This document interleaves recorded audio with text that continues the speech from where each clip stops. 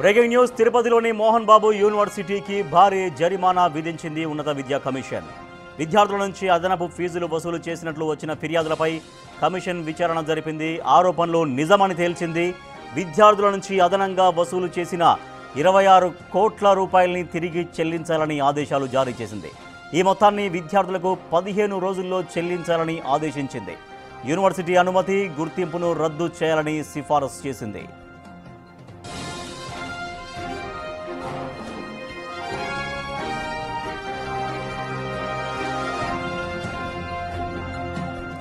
విద్యార్థుల నుంచి అధిక ఫీజులు వసూలు చేయడం, విద్యార్థుల హాజరు నిర్వహణలో అవకతవకలు, ఒరిజినల్ సర్టిఫికెట్లను నిలిపివేయడంపై 15 లక్షల జరిమానా విధించగా ఆ మొత్తాన్ని యూనివర్సిటీ చెల్లించింది.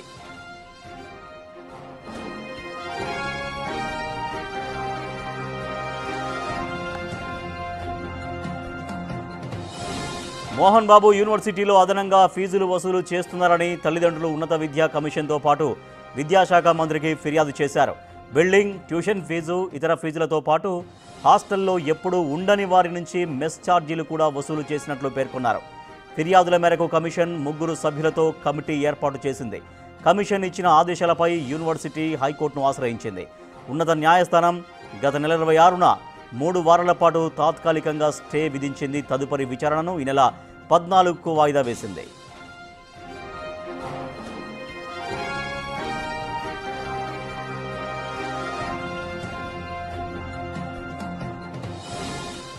తిరుపతిలోని మోహన్ బాబు యూనివర్సిటీకి భారీ జరిమానా విధించింది ఉన్నత విద్యా కమిషన్. విద్యార్థుల నుంచి అదనంగా వసూలు చేసిన 26 కోట్ల రూపాయలని తిరిగి 15 రోజుల్లో విద్యార్థులకు చెల్లించాలని ఉన్నత విద్యా కమిషన్ సూచించింది. మరింత సమాచారాన్ని మా ప్రతినిధి దామోదర్ ఇస్తారు. దామోదర్, 26 కోట్లు చెల్లించబోతోందా మోహన్ బాబు యూనివర్సిటీ విద్యార్థులకి? మోహన్ బాబు యూనివర్సిటీ నుంచి ఎటువంటి వాదనలు వినిపిస్తున్నారు ఈ సమయంలో?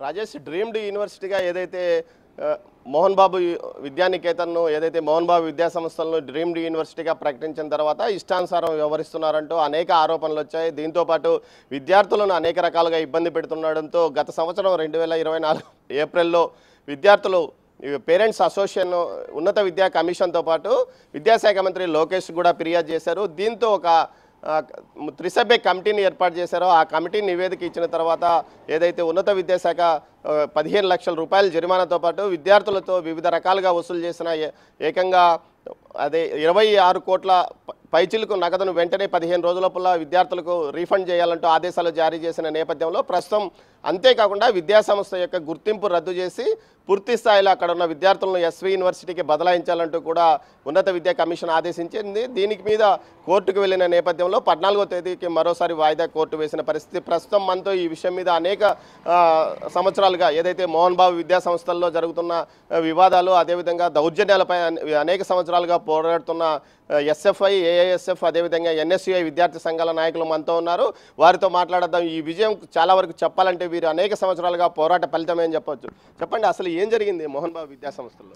సార్, మోహన్ బాబు యూనివర్సిటీలో ఇప్పుడే కాదు గత కొన్ని సంవత్సరాల నుంచి వేలాది రూపాయలు దోచుకొని తింటున్నారు. దాంట్లో అనేక ప్రభుత్వ నిబంధనలకు వ్యతిరేకంగా అక్రమంగా, అన్యాయంగా వేలాది ఫీజులు వసూలు చేస్తూ విద్యార్థులను, వారి తల్లిదండ్రులను ఎన్నో ఇబ్బందులు పెట్టిన సందర్భాలు ఉన్నాయి.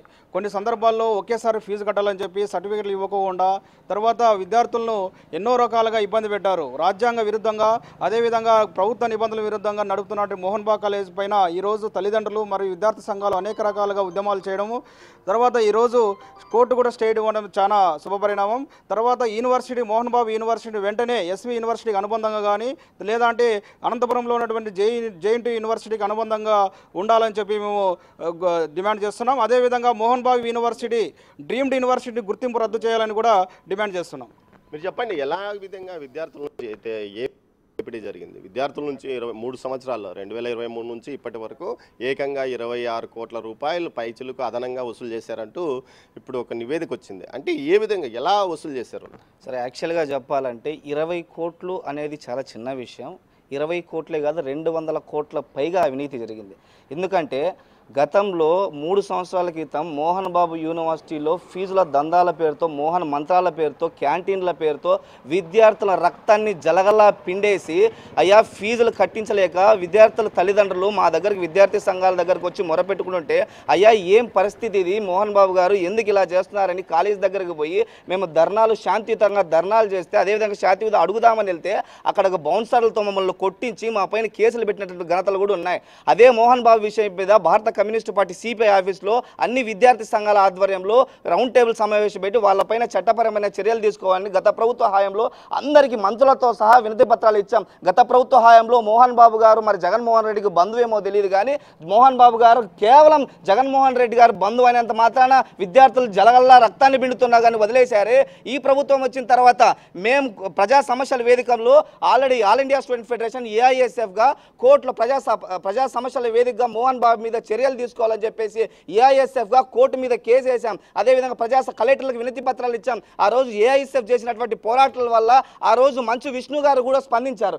మంచు విష్ణు గారు స్పందించిన తర్వాత మంచు విష్ణు గారు విద్యార్థి సంఘాలతో మాట్లాడతాం, శాంతిపూర్వకంగా చర్చలు చేద్దాం, మేము ఏదైతే మా నాన్నగారు ఫీజులు తీసుకున్నారో, మా అన్నగారు విష్ణు గారు ఏదైతే ఫీజులు తీసుకున్నారో దాన్ని నేను వెనక్కి ఇప్పించే బాధ్యతను తీసుకుంటున్నామని ఆ రోజు మంచు మనోజ్ గారు చెప్తే ఆ రోజు మేము శాంతియుతంగా మంచు మనోజ్ గారు శాంతియుత చర్చలు చేస్తాడనేటువంటి ఉద్దేశంతో మేము ఆ రోజు ధర్నాలు విరమించుకుని ఉంటే ఆ రోజు తర్వాత నెక్స్ట్ డే ఏం జరిగిందంటే నెక్స్ట్ డే మంచు మనోజ్ గారు ఒక కరపత్రం రిలీజ్ చేశారు. విద్యార్థి సంఘాలు ఏ ఆందోళనకు గురవుతారు, ఏదైతే ఫీజులు తీసుకున్నారో ఆ ఫీజులు మా నాన్నదారి దగ్గర నుండి మోహన్ బాబు యూనివర్సిటీ నుంచి విద్యార్థులకు సమర్పిస్తాము, తిరిగి చెల్లిస్తామని చెప్పేసి ఆ రోజు మంచు మనోజ్ గారు చెప్తే ఆ తర్వాత మంచు మనోజ్ గారు అదేవిధంగా మంచు మోహన్ బాబు గారు మంచు విష్ణు గారు ఇద్దరు ఒకటై మోహన్ బాబు మంచు మనోజ్ మా కుటుంబాన్ని మా విద్యా సంస్థలు నాశనం చేస్తున్నాడని చెప్పేసి తర్వాత ఏం జరిగిందో ప్రపంచానికి తెలిసినటువంటి విషయమే.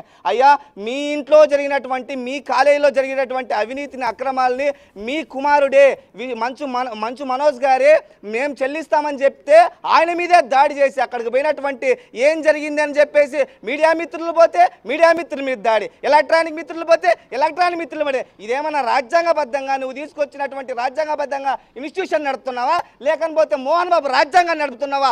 ఇప్పటికైనా సిగ్గు లజ్జ ఒళ్ళు దగ్గర పెట్టుకొని విద్యార్థుల దగ్గర నువ్వు ఏదైతే అవినీతి చేశావో, విద్యార్థుల దగ్గర విద్యార్థుల రక్తాన్ని జలగల్లా పీడించావో ప్రతి రూపాయి ఇప్పటికైనా కోర్టు నీకు మొట్టికాయలు వేసింది. ఇప్పటికైనా ప్రతి రూపాయి విద్యార్థులకు చేర్చాలి. 20 కోట్లే కాదు 200 కోట్ల రూపాయలు నువ్వు అవినీతి చేశావు. ఆ 200 కోట్ల రూపాయల్ని నువ్వు విద్యార్థులకు చెల్లించాలి. అదేవిధంగా మోహన్ బాబు యూనివర్సిటీని తక్షణమే సీజ్ చేసి ఆ యూనివర్సిటీని విద్యార్థులకు న్యాయం చేయాలంటే ఎస్సీ యూనివర్సిటీ పరిధిలోకి ఆ యూనివర్సిటీని తీసుకొచ్చి అక్కడ ఉండేటువంటి విద్యార్థులందరినీ న్యాయం చేయాలని చెప్పేసి ఆల్ ఇండియా స్టూడెంట్ ఫెడరేషన్ ఏఐఎస్ఎఫ్గా డిమాండ్ చేస్తూ ఉన్నాం. ఇప్పుడు విద్యార్థుల నుంచి ఏ విధంగా అంటే సెల్ ఫోన్లు, హాస్టల్స్ ఈ విధంగా ఎలాంటి రకాలుగా వసూలు చేస్తారు? ఎలా వసూలు చేశారంటే ఈ మోహన్ బాబు అనే అతను ఈ మంచి ఫ్యామిలీ ఈ చిత్తూరు జిల్లాకు ఉండే మంచి పేరుని ఎక్కడ పడతారు తీయేస్తున్నారు. అటు హైదరాబాద్ సినీ పరిశ్రమలో తీస్తున్నారు, ఇక్కడ విద్యా సంస్థల వ్యాప్తంగా ఇక్కడ పరువు తీస్తున్నారు. విద్యార్థుల దగ్గర వీళ్ళు ఎటువంటిగా వసూలు చేసే వాళ్ళంటే విద్యార్థులు డే స్కాలర్లు అయితే ఎవరుంటారో వాళ్ళు ఖచ్చితంగా ఆ బస్సులో రావడానికి ఆర్టీసీ బస్సుల్లో కాలేజీకి వెళ్ళడానికి వీలు లేదు, వాళ్ళ ఇంటి నుంచి తెచ్చుకునే భోజనం తినడానికి వీలు లేదు, వాళ్ళు సొంతంగా ఆ కాలేజ్ యూనిఫామ్ కుట్టించుకోవడానికి వీలు లేదు. ఈ 3 రకాలుగా వాళ్ళు విద్యార్థుల దగ్గర ఎవరైనా సరే మీరు సొంతంగా కుట్టించుకున్నా సరే, కుట్టించుకోకపోయినా సరే, లేదా ఫుడ్ ఇక్కడ తిన్నా సరే తినకపోయినా సరే మీరు దాదాపు 10 సంవత్సరం 50,000 రూపాయలు మాకు చెల్లించాల్సిందే. విద్యార్థులు వాళ్ళ తల్లిదండ్రులు అడిగినా సరే వాళ్ళు బయటకు వచ్చే సమయంలో అక్కడున్న బౌన్సర్లు మేపుతుంటారు వీళ్ళు ఈ మోహన్ బాబు యూనివర్సిటీ వాళ్ళు. ఆ బౌన్సర్ల ద్వారా వాళ్ళని బయట దాడి చేయించడం కానీ, ఎవరైనా కంప్లైంట్లు అధికారులకు కానీ కంప్లైంట్ ఇస్తే అధికారులు కూడా వాళ్ళతో కుమ్మక్కయ్యి ఎవరైతే కంప్లైంట్ ఇచ్చారో వాళ్ళ ఇంటికి కొట్టిన దాఖలాలు కూడా చాలా ఉన్నాయి. ఇది చాలా సీరియస్ ఇష్యూ. మేము కూడా హైకోర్టును కూడా మేము విద్యార్థి సంఘాలుగా ఓటు అడుగుతున్నాం. ఈ యొక్క యూనివర్సిటీని ఖచ్చితంగా ఎస్వి యూనివర్సిటీ కింద అనుబంధంగా పెట్టే విధంగా మీరు కృషి చేయాలని మేము కోరుతున్నాం. లేని ఎడల ఇది తూతుమందరంగా వెళ్తే విద్యార్థుల యొక్క ఆగ్రహాన్ని మీరు చూడాల్సి వస్తుందని మేము తెలియజేస్తా ఉన్నాం. ఈ డ్రీమ్డ్ యూనివర్సిటీలో ఇష్టానుసారం వ్యవహరిస్తున్నాయి, వీటి మీద ఏదైనా ఒక నియంత్రణ ఉందనుకుంటున్నాను? ఈ నియంత్రణ చాలా లేదండి. ఇక్కడ యూనివర్సిటీలతో వాళ్ళు చాలా వరకు కుమ్మక్కయ్యి ఒకప్పుడు ఎస్వి యూనివర్సిటీ కింద చాలా అనుబంధ డిగ్రీ కళాశాలలు ఉండేటివి. ఈ విధంగా అది కూడా ఒకప్పుడు అనుబంధంగా ఉండేది. కానీ వాళ్ళు కొంతమంది ఉన్నతాధికారులు కానీ యూజీసీ వాళ్ళకి కానీ యూజీసీలో ఉన్న ప్రొఫెసర్లకు కానీ వాళ్ళు లంచాలు ఇవ్వడం కానీ దాని ద్వారా వాళ్ళు యూనివర్సిటీ యూనివర్సిటీ స్టేటస్ తెచ్చుకుంటున్నారు. ఆ తెచ్చుకున్న తర్వాత వాళ్ళు స్వయంగా నిర్వహించుకునే హక్కు వాళ్ళకి కలుగుతుంది. అప్పుడు విద్యార్థుల్ని అక్కడ దోపిడీకి గురి చేస్తున్నారు. ఇక్కడ దాదాపు చిత్తూరు జిల్లాలో చదివే విద్యార్థులందరూ దాదాపు స్కాలర్షిప్ మీద ఆధారపడే వాళ్ళే.